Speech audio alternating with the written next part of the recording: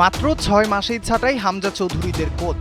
নতুন করে ঘুরে দাঁড়ানোর লক্ষ্যে যখন আসে তলানিতে থাকা অক্সফোর্ড ইউনাইটেডের মতো দলের বিপক্ষে হার, তখন এমন সিদ্ধান্তের বিকল্প কিছুই করার ছিল না লেস্টার সিটির। কোচ মার্তি ফুয়েন্তেসের বিদায়ের মধ্যে দিয়ে আরেকটি অস্থির অধ্যায়ের সমাপ্তি ঘটল লেস্টার সিটির। এখন প্রশ্ন, কেমন ছিল মার্তি ফুয়েন্তেসের লেস্টার সিটি অধ্যায়?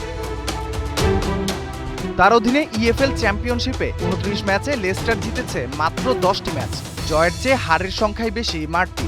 ১১টি হার আর ৮টি ড্র নিয়ে টেবিলের ১৪ নম্বরে হামজাদের ক্লাব। এর পাশাপাশি পিএসআর ভঙ্গের অভিযোগ ও সম্ভাব্য পয়েন্ট কাটার শঙ্কা ক্লাবের পরিস্থিতি আরও জটিল করে তোলে। কাগজে কলমে পরিস্থিতি খুব একটা ভয়াবহ না হলেও পারফরমেন্স ও সামগ্রিক দিক বিবেচনায় কোচ পরিবর্তনের সিদ্ধান্ত নিয়েছে ফক্সেস বোর্ড। গত জুনে প্রিমিয়ার লিগ থেকে লেস্টার সিটি সেকেন্ড ডিভিশনে নেমে যাওয়ার পর দলের দায়িত্ব নেন ৪৩ বছর বয়সী সিফুয়েন্তেস। নতুন দিগন্তের আশায় তার সঙ্গে ৩ বছরের চুক্তি করে লেস্টার। কুইন্স পার্ক রেঞ্জার্স থেকে তাকে আনতে ক্লাবকে দিতে হয় ৫ লাখ পাউন্ড ক্ষতিপূরণ। অবশ্য তার অর্ধেক তিনি নিজেই বেতন ও সাইনিং ফি ছাড় দিয়ে বহন করেন।